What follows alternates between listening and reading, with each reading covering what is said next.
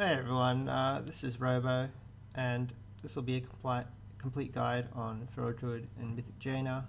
I'll talk about the performance of the spec and also basically what I was doing throughout the phase, including the first intermission where you need to ping Jaina out, or not ping, but call where she is actually spawning. So the first thing I guess we'll look at is performance. So move this over here. So our guild, honestly, we ended up world 16th in this. We only raid 20 hours a week. I think the performance is pretty good for our guild. A lot of the guilds in the top 30 or 40 do a lot more hours in day raid, etc., and they're really keen on their ranks. Their world ranks, we're more sort of like, if you get front page, I guess that's okay. So we ended up killing this boss in 205 pulls, and I'll just show you the log. So this is the first night we did on Jaina. You can see Feral's pretty good, and then, well, I'll show you all the logs first, I guess. So this is 36 pulls in. This is a couple more pulls in. You see Feral's doing pretty good. Feral third night, fourth night, fifth night, sixth night, seventh night. Our rogues are really, really good as well, I must say. And so that's just overall damage, and obviously if you want to look at Jaina damage, which is probably the more relevant, you'll see that it's pretty good as well. There's a lot of in the fight. There's usually an ad you can cleave off, as you perform a single target rotation, but you get more combo points. So this is the first night, Jaina second night, Jaina first again on the third night, first again for the fourth night. So you see, like, it's pretty strong single target. They're the rogues. I think we're hitting phase 3 and they get the extra boost. I think we hit phase 3 pretty early, so this is the 6th night. And then this is the actual kill night. I was pretty much top on Jaina. So for Feral, I think Feral is pretty good for this fight. It does pretty relevant damage. It's also pretty useful for healing. So if you target your regrowths out, which, let me just have a look here. So the spot healing is very, very good if you can manage it. So this is the healing, 3.6k, 4.1k, and during the kill attempt, I think I did 10k HPS in the last phase, which is pretty much on par with the Darkness or Shadow Priest, 4.7. So it's pretty decent. Obviously, Shadow Priest will beat you when they push their one button AoE heal. If you use a Darkness, it's good as well. So that's just overall. Rated about 4 hours every night. Obviously, some nights are shorter because they will farm. Pretty solid boss. I liked it. So what were the talents and traits I took? So let me just go back to the video. There we go. So talents. Oh, actually shows down the bottom. So talents, Sabertooth, obviously because it's a single target fight. Tiger's Dash over Wild Charge, because you need the movement to run in and out of certain mechanics. Balance Affinity, definitely. I took Resto Affinity on the pull. We actually only pulled once with our Resto Affinity, and then we killed it. And then I was like, because I didn't trust the healers, it was a mistake. Should have just trusted them. Balance Affinity is pretty good for phase 1 and 2. I definitely recommend taking it when you're learning. Our DPS is pretty strong. Like during the first week that we're on, let me think about this. So week 1, we troll pulled Jaina once because we finished Blockade on our 20-hour raid schedule. The second week, we were stopping on DPS because our DPS is just insane. And so we just were sitting on our hands in phase 2, not doing much. And then we stopped even more during the kill week, which was the 3rd week of Mythic. So phase 1 and 2, Balance Affinity is really strong. it'll increase your boss damage. But I ended up change the rest affinity for one attempt. I don't recommend you do it because by the time you get to this, you'll be Giga geared. Your CC row, Typhoon or whatever, doesn't matter. Take Soul of the Forest because it'll do more damage over 80 seconds than Incarn will, which is the phase 3 damage. Brutal Slash probably single target. Blood Talon's single target. What traits did I take? So I had like the full MAME set available to me, but I think the main build is very inconsistent, so I didn't take it. Instead I took 2 Flesh Rending, 2 Tiger's Fury, 1 Rake, which is Blood Mist I should say, which is the Berserk proc, and I also took 1 Rip. And I think that the Rip is pretty important because when you have downtime, it can give you combo points. And the Rake is okay as well. I think two Wild Flesh Rending you pretty much want. You always at least 1 Tiger's Fury, so you get your 12-second Tiger's Fury. There's not really anything mandatory here, but that's just helpful. So what did I do in the pull? So when you pull Jaina, I did pretty much just a standard opener, but I saved my Brutal Slash charges. So let's just go in here. So this is phase 1. I opened with Berserk into TF Rake. This is not the kill attempt, this is something that was close, where I was running Balanced Affinity, so I can show you some stuff. I think I get mechanics in this. So I did Rake into Rip, which gives you fully empowered Rip.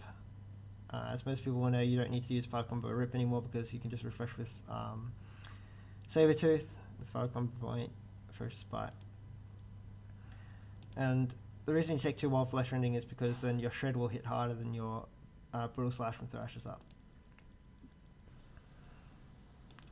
And then, so here you always want to use your Blood Talon's charge and First Spite.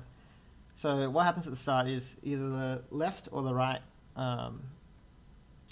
cannon will usually get frozen. And so if you stand in between the boss and that barrister, you can use Brutal Slash. So when you use Brutal Slash, you're not trying to pad the meters, you're just trying to get more combo points. Because say you have 30% crit. So if you have 30% crit, the chance of not critting is 70%, right? So if you take 0.7 and you square it, you get 0.49, and then your chance to crit is 51%. So your chance to get 2 combo points is 51%. If you have 2 Wild Flesh Rending, your Shred hits about 10% harder than your Brutal Slash when Thrashes up, but your Brutal Slash has a 51% crit rate instead of 30%. And so you can get more combos. So you still use your Blood Talons on Shred if you don't refresh Rake or First Spite, but then you can position yourself to get extra combos. So here's just my opener. I think I get the first mechanic as well. So I get Avalanche. If I didn't get Avalanche, here I would not have any BT. I would stand in between these two and then Brutal Slash, and then go up to Max First Spite, and then usually what I do in the open as well is I desync my Rake and my TF. I desync my Rake and my TF. So actually I wait for this Rake to drop off fully and before refreshing with the Rake. So it might be FB Shred, and then the next finisher is actually Rake. And the reason I do that is so the TF lines up for the rest of phase 1. But anyway, I get the first mechanic here. The way we're doing it is you get an icon, you get nipple or purple, and you run down the corresponding side. So the mechanic of this fight is you have to be within X yards, I think it's like 10 or something, 13, of people otherwise get frozen. So what you do is when you're running, this particular one is close enough, but see this little circle it forms. When you're running past down here, there's usually a rain stack in the middle. So when you drop a puddle, you just dip in to tag the range to reset your circle, and then you run back out. So you just time that. So you just go 80 real quick. You just need to know the distance you are from range, and so that way you won't get frozen when you get to the end. And also these little friends here, they're actually in my circle, so all not going to get frozen. And you drop a certain amount of puddles, you just learn from experience how many there are.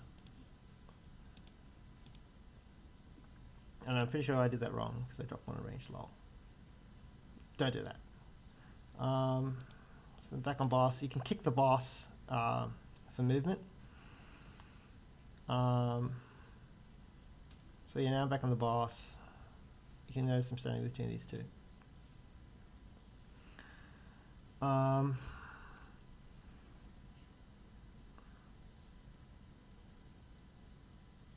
So here I've got my TF rake lined up. And also notice you just keep an eye on people to heal. So here, opportunity to heal Ash.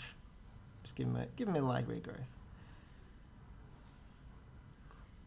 So another thing with Wild Flesh Rending is you don't want 100% uptime on Thrash. Instead, what you want to do is if you're deciding between Shred and Thrash, if Thrash isn't up, you cast Thrash. And then so if Thrash is like 3 seconds, that's in Pandemic, you could refresh Thrash. Instead, you want to cast Shred. And you also want to do a bit of pooling so that when you cast Thrash, you fit it in as many shreds as possible. Because Thrash by itself doesn't do that much damage. It does about the same as unempowered Shred. So here I'm pooling. And then the reason I cast there is because my Tiger Spirit is going to run out and I want to drop some abilities in. So there you go. So clear casting is all you want to use on Shred or Thrash. If you have a Blood Talons, what I was doing is if you have a Blood Talons charge and you don't have clear casting, you don't have Thrash, use it on Brutal Slash because that's just going to be more damage. It's kind of like a pseudo empowered Shred, but does slightly less damage because you don't really want to be empowering your Thrashes. But obviously I don't play like a machine. I play pretty decent. Yeah. So pretty good to get a weak aura that tracks if you're standing in the fire. Okay, so here's a Rake Proc. Let me show you how I deal with Rake Proc in a couple of ways. So Rake, so if I'm on low energy, what I do is sometimes I just shred 5 times. Just keep shredding and don't cast any finishes. If I already have Blood Talons up, then I just cast the 2 abilities I was going to cast, and then just spam Shred and Thrash. Point to note here that you only need 37 energy to cast Ferocious Bite when you're in Berserk, and not 50 and not 25 to get the full damage roll. So here, what I do, Shred, Thrash, Shred, and then I tried to cast another Shred, but it didn't have enough energy, and then I cast my BT, and then this is just going to be Rake FB, so it's pretty standard. I also have a weak aura that has a little red dot over my body, which is a bit easy to see during ice phases. So here's the first ring of ice. Get a timer. Set it to 7 seconds. So you know when the ring of ice is, even though you don't have vision of Jaina. There is a trippy one where if she has lust, she casts it faster than that. So what time did I actually use? Sorry, let me have a look. Oh yeah, I used 7 seconds. So this is actually, okay, so the bottom here is the cast timer, which is actually if you have vision of Jaina, it tells you. But actually get a weak aura that says if Jaina starts casting, 7 seconds. Because for a couple of them, when you move out of range of her, there's fog up, so you can't see her, but you still need the timer. That comes before it. And you can run out pretty late if you've got Tiger Stash, so I'm just spamming into her. 2.5 seconds left and I'm running out. And then I break cat form. And then I hop back into cat form to break the root. So that's pretty important. So we got 3 priests here, that's 3 master spells, plus we got the 4 healers, it's 19. So if all the druids shapeshift out, then it'll break roots. You can stand in the fire, but it's more damage. And you're out of range, you're not doing anything anyway. And also you have obscured vision, so you can't even hit the boss. So I thought that was pretty handy. That's what we were doing as a guild anyway. Also track how many chilling stacks you have so you can dip in and out of the fire. I think that's pretty important too. So I have a weak aura that goes meow, meow every time I'm standing in the fire, just so you duck in and out of it. Sometimes you can duck in and out without even making the noise.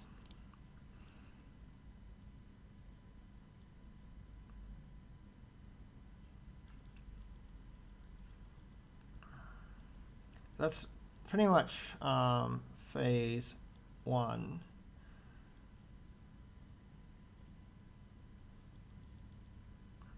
Our guild, for whatever reason, does not tank the boss near the 2 cannons. I know China does, and it's probably the better strat, but it doesn't really matter for us, I guess. Phase 1 gets really boring quite quickly as well, so we have a lot of banter. So you can see the avalanche is running out.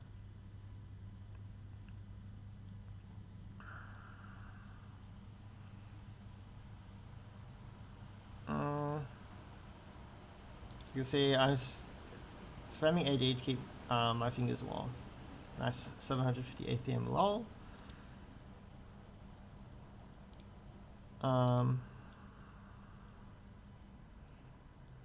Getting pretty good empowered rakes. So also keep an eye on the tanks, usually the ones taking damage, so you can see I'm regrowthing pumps and sep there.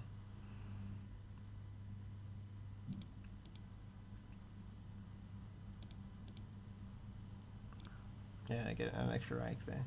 So with Tiger's Fury and Rake, you can actually get every single rake empowered if you refresh rake instantly, it's RTF, and then refresh it again at the end. Sometimes I don't hit that.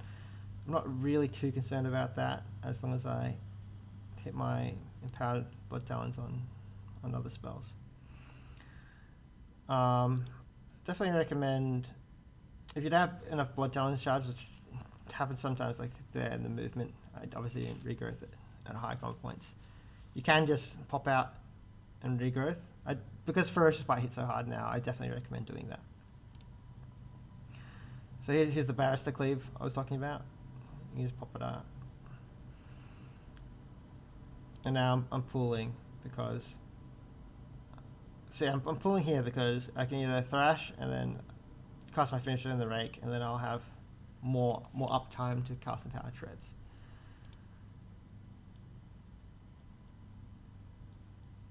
And I think I got parried. What happened there? Oh no, I cast Shred instead of Rake. I should have cast Rake there. Whoops. That was okay as well, because I ended up with an Empowered Rake. And then there's healing to be done, so make sure you heal. So I gave people a little bit of a bump.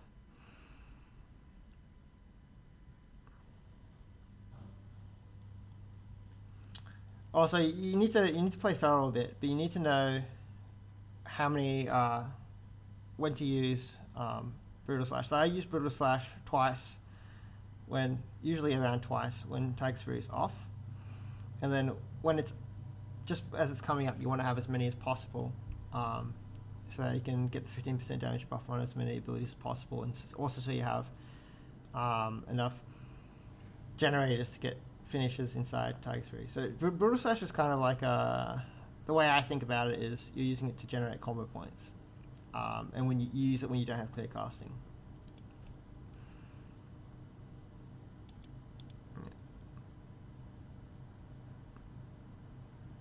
And here's the transition as well. So transition at 60%, which is about a 3-minute timer if you're progging on it. I think, yeah, about 3-minute timer. So what you do here is once you're transitioning, you spam as many direct damage abilities into her as possible. I could have stood here and used both my Brutal Slash charges, but you don't want to be standing next to her when she phases because she gives you a debuff of an Ice Stack debuff, which deals more damage. And you want to try to hard cast Regrowth. Oh no, so you want to cast Regrowth as late as possible so you have it for the first ad that you run up to. So what I did in the transition is I made a macro to follow the Warlock in our group because he was the leader on my side, and so for the first, like, when you start the transition, you can even see here, following free honestly. So I can just stare at the mini map and hover over things whilst spamming one key on my keyboard, and I won't run into anything. So I'll talk about the spawn location. So spawns, there's only 6 locations Jaina can spawn. Okay, so every single spawn set will be in this position. There'll be six mobs, but Jaina will take the position of one of the clones. So because you're running this way, the right side is on the left, so you have to flip everything when you call. Now, at the start of the phase, Jaina is actually in the middle. Let me just use my brush. Is actually in the middle. What color can I use? Purple. She's actually in the middle when you mouse over. And then if she spawns on the hard left or hard right, she actually disappears from the center and spawns to the right instantly. And if you're staring at minimap, you can see that happen, and you can immediately call she's on the left. And then the ad behind her will spawn, and then you'll know she's second from the left, or no ad will spawn, and then you'll know that she is hard left. So it's fairly important that if you want to do an accurate and quick call, that you're mousing over at the very start of the phase. So let me just show you that. So let me show you what I'm doing. Okay, so I have asked all my details as well. So look, Jaina is here on this little dot here. Got it moused over. It just instantly blinked to the left. So if you're facing this way, obviously that's the left side. So I immediately call. So I just called left, and then I saw the icebound image spawn. So I knew a second from the left. So if it doesn't spawn like this, then you quickly mouse over these two. It'll show icebound images. Then you mouse over. She also blinks to the hard right as well, so you can see something like that. But you actually have to check that one because it can be an icebound image. So then you can also check the hard right and the hard left to see which one it is. There's a little blink pattern with that as well. If it's in the mid, it's quite hard because if you look here, they're right next to each other. So if you hover over, it's quite hard. So what I do is, if I know it's in the mid, I usually don't call anything, or I say mid. And because of the way you're running through the path to get to Jaina, if it's a mid call, the entire raid will know that it's a mid call because you haven't said which side it is yet, and you're checking which one it is. If it's a mid call, what you do is you tap zoom in twice, and then as you're running down this way, you leave your mouse on top of this position here, and then these two dots will already be here, and then this dot will appear, and then if it says Jaina, it's obviously in mid left. If it doesn't say Jaina, then it's this one. And the reason you have to do that is because if you actually try hovering over both of them when they're there, it's really, really hard to tell which one is Jaina. So zoom in, and then just hover over and wait for it to appear. When the dot appears, you can tell who it is. Okay? That is my professional tip. You can do this as a hunter as well. So this is relevant for hunter people for calling 6 patterns. Okay, and what we were doing as well is we had 2 setups. If it was hard left or hard right, say it's this one, right? We just had the entire raid go around killing all of them. And we had interrupt set up for one. We had set interrupt. So we had, this was Ellie, Mental Shaman. These two were usually Unholy DK because you can pet jump. And then we also had, I think, our Pop Pally kick these two, and then just anyone kick the boss. And then if it was hard right, we just did the same thing the other way. It was second, we sent 7 players to this one, and we sent 13 players around this way. And these guys kill 1 mob and then AFK'd. I think we ended up sending 8. The reason is once you get about 12 players, you're actually just running through the entire time, and you're not stopping. You just you hit the mob with 2 GCDs, one of them being a dot, and by the time you get to this one will be dead. And also, when you get to these 2 mobs, on any of the patterns where they're next to each other, if you stand here, you can brutal slash both of them together. And the other pattern we had was if it was just hard left or hard right. I was right side most of the time, by the way. If it's this one, for example, you kill these 2, and then you just sit here, and you don't engage the boss. Stand far away enough so it's safe to dodge, and then the boss that's close to it will kick. And there's also set spawn locations for the barrels as well. So you know on certain patterns which side you want to taunt the boss to. So that's these 2. I want the right side, so I can. I mean, I know all the patterns for both sides, but I think this video is the right side. So because it was second from the left, I was going right. Toss the 2 tornadoes. Now we're entering the room, phase 2 and 3. You can pretty much just run up straight to the right one immediately. You never want to kick this as melee because they can spawn an orb as you're kicking. You charge and you just go straight into it. So you always want a range kick or some type of like 10-yard range or some kick. So Demon Hunter's good, and Holy DK is good. Elemental Shaman's good. All the ranged are good. Except for Blueprint, the Propelli is good. Or I think Warriors can throw something at them. I'm not 100% sure. So you can see here my first ability is for a spike because I had it ready for the phase. And then I use 1 Brutal Slash charge here. And then I run to the next mob. And I use a Rake as well. Not super important to kill these mobs. Just focus on dodging. Spamming abilities into them. Run between these two. And then when you get to the 4th mob on this side, when you're running right, so you can see here I'm standing between these two Brutal Slash. There's actually a tornado up here, so you actually want to stand to the right of this mob over here, and then the tornado passes you like this, and then there's also an orb that comes over here, and you want to go between them.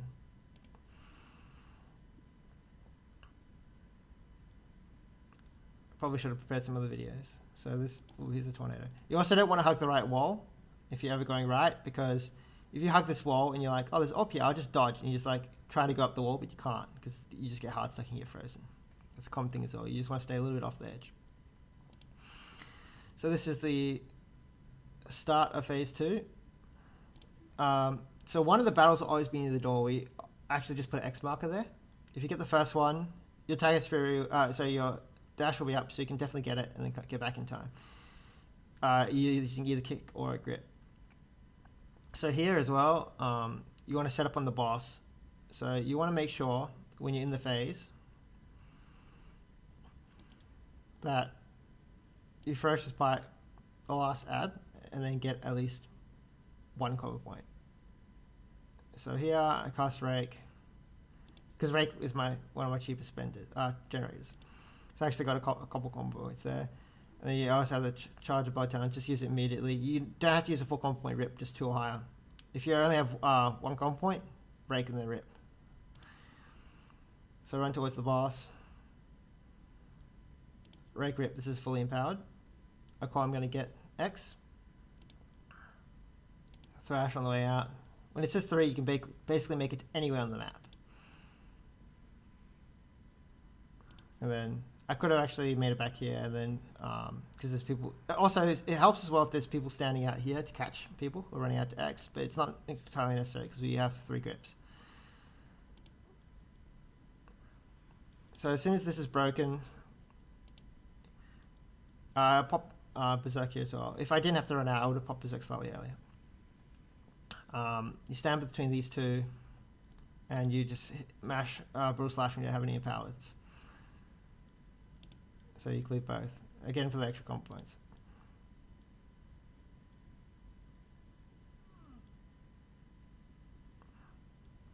Get a timer for the boom. I think it's an 8-second cast, but set it to 7, so it does a beep at the end, and then you have 1 second to get out. So when you're in Berserk as well, once Thrash up, your Shred will do more damage. So unless you have a second target, just Shred and just cap Brutal Slashes.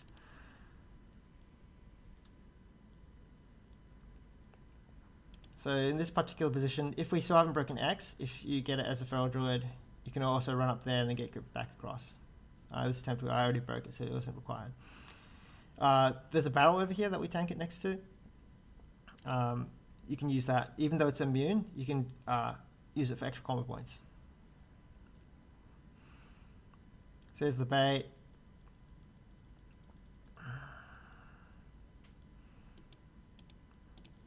So when the ray's out, there's going to be a knockback here every single time. Make sure you don't get knocked back into the ray. So I just ran out here in between these two, and then it'll knock me back down here.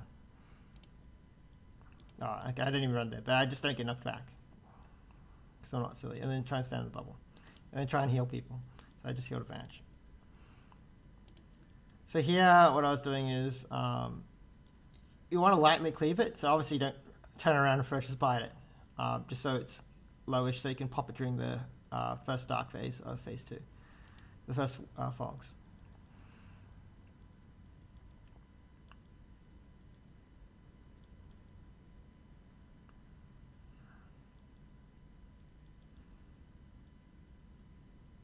You can see as well that I use my Brutal Slash charges to manage my comp points coming into the target sphere here.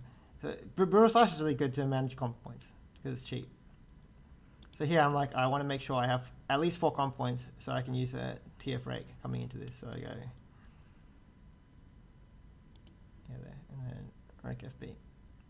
Pretty straightforward. Broadslide, you can always just step out if you're not breaking anything. 3 seconds. Felder, you can do it as 2 seconds because you stand max range. And then just kick to get back in. I don't get it here, so don't worry. But it's not a DPS loss at all. You don't lose any DPS. You lose like, if you're good, you lose like 1 or 2 autos. And just follow tank. It's so easy, and then you step out. You see here, I don't have Thrash up, and I've got a Brutal Slash charge. I use on Brutal Slash because I don't have clear casting. If I have clear casting, I just yellow. It doesn't matter.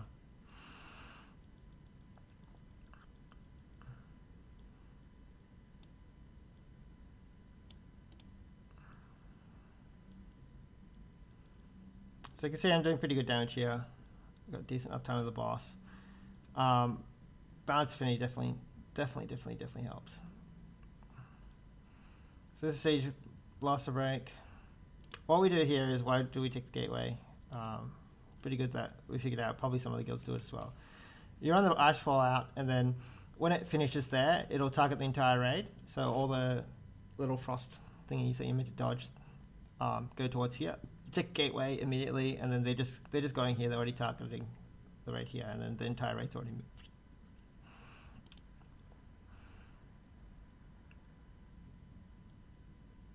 And this is a gateway to the last barrel, by the way.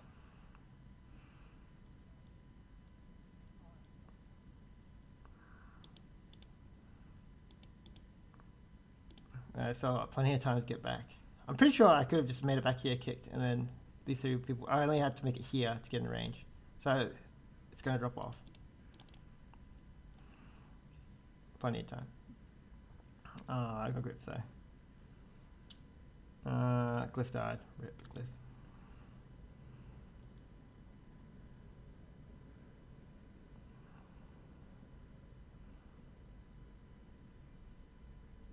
And then here we're actually pseudo stopping DPS and just healing, because like, look at the boss's HP. Let me look at the boss's HP. The boss's HP is too low because our DPS is insane. I guess it kind of, we're killing on week 3 instead of week 1, so I guess it checks out. And our DPS has never really been slack.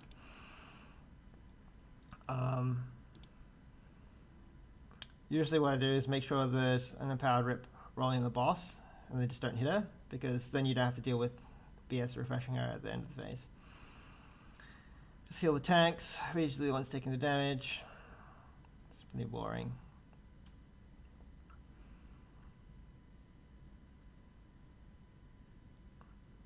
And you want to make sure Jaina has at least... so another thing is, make sure she has all the dots. I cast Rake several times in a row. Rake. Because that's one of my cheapest generators, and I want to make sure she's fully dotted up. The dots will be rolling for like 20 something seconds. And then make sure you get the first spite off, and then she'll be ticking the entire phase. You can just, and I also pop TF here, and then you can turn around and hit this.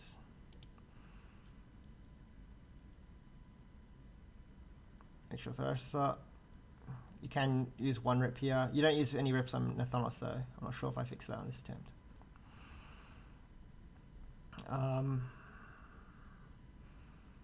Yeah, pretty good.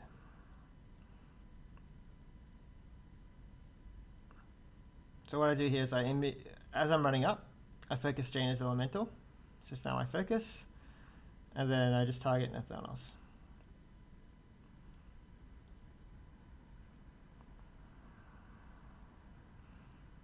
And then this is the same as the method strat.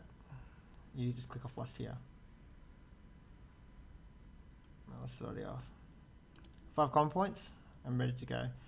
Sometimes if you get extra energy, you can leave a rake or a low common point rip on here because I have the rake trait and I have the rip trait. So the rip trait will give me more common points. So the rake trait will give me a chance of berserk. Not super relevant here. And then for phase 3, what I figured out, initially I was berserking at the start of phase 3. Don't do that. Berserk on your second TF, so you get full uptime. So this is a kick. I just hit it and come back. So here, again, Brutal Slash is going to give you a 50% crit instead of 30% or whatever because you got 2 targets. But you never actually target the Ellie, not even to interrupt user focus kick. And this is very similar to the method strat. So everyone sends the orb.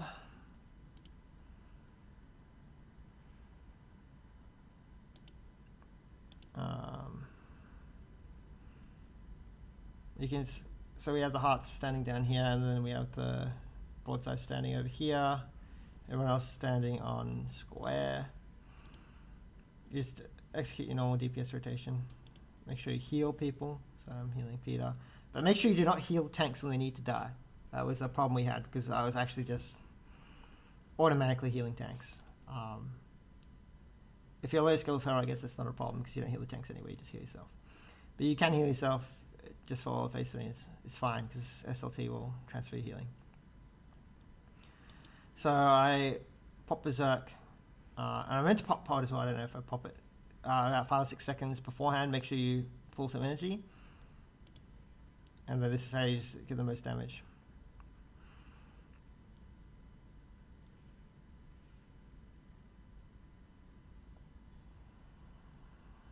And then I accidentally used a BT charge on Thrash. That should have used it on Brutal Slash. A little bit hectic in the phase. If you have a 2-minute trinket, it's pretty decent to use here as well. And then also we had the roar here for the glacial bait. So there's only like pretty much. You stand in the orb, you stand in melee, you bait the ray, you swing around, and you just tunnel the boss. If you get the last siege breaker, we were just clicking the portal, running out 60 yards and killing ourselves.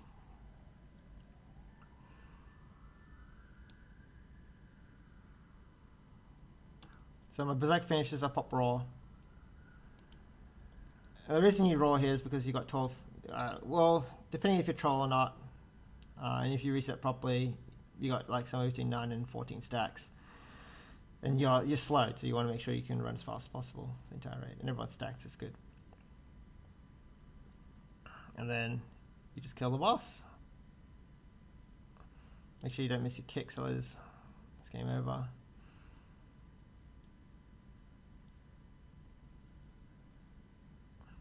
So you can see Deeps is pretty much on point.